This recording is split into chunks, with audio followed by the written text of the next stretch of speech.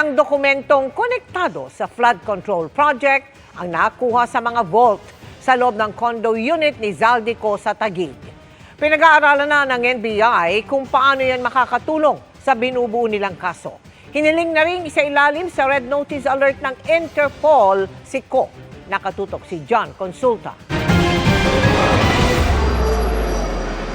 May formal request na ang National Bureau of Investigation sa International Criminal Police Organization o Interpol para ilagay sa Red Notice Alert si dating Congressman Zaldico. Kaugnay pa rin ito ng mga kasong kinasasangkutan niya kaugnay ng mga maanumalyang flood control projects. Naharap sa kasong malversation at graft si Co. kaugnay ng mga ghost flood control projects ng Sunwest Corporation sa Oriental Mindoro. Kanselado na rin ang kanyang passport.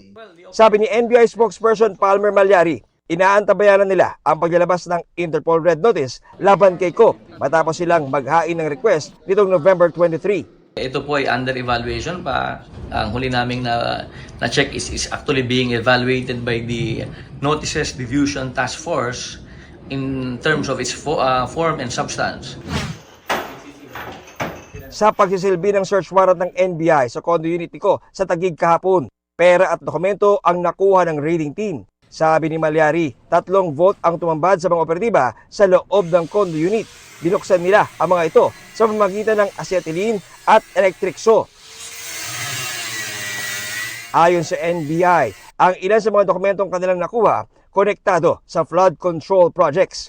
Pinag-aaralan nila ngayon kung paano ito makakatulong sa kanilang binubuong kaso.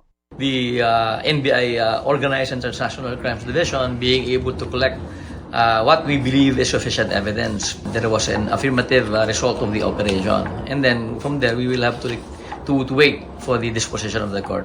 Ayon sa NBI, inasahan na raw nila ang hinalang planted ang mga dokumentong matagpuan sa loob ng kondo ng dating mambabatas. Kaya naman, meron na raw silang planong gawin para rito.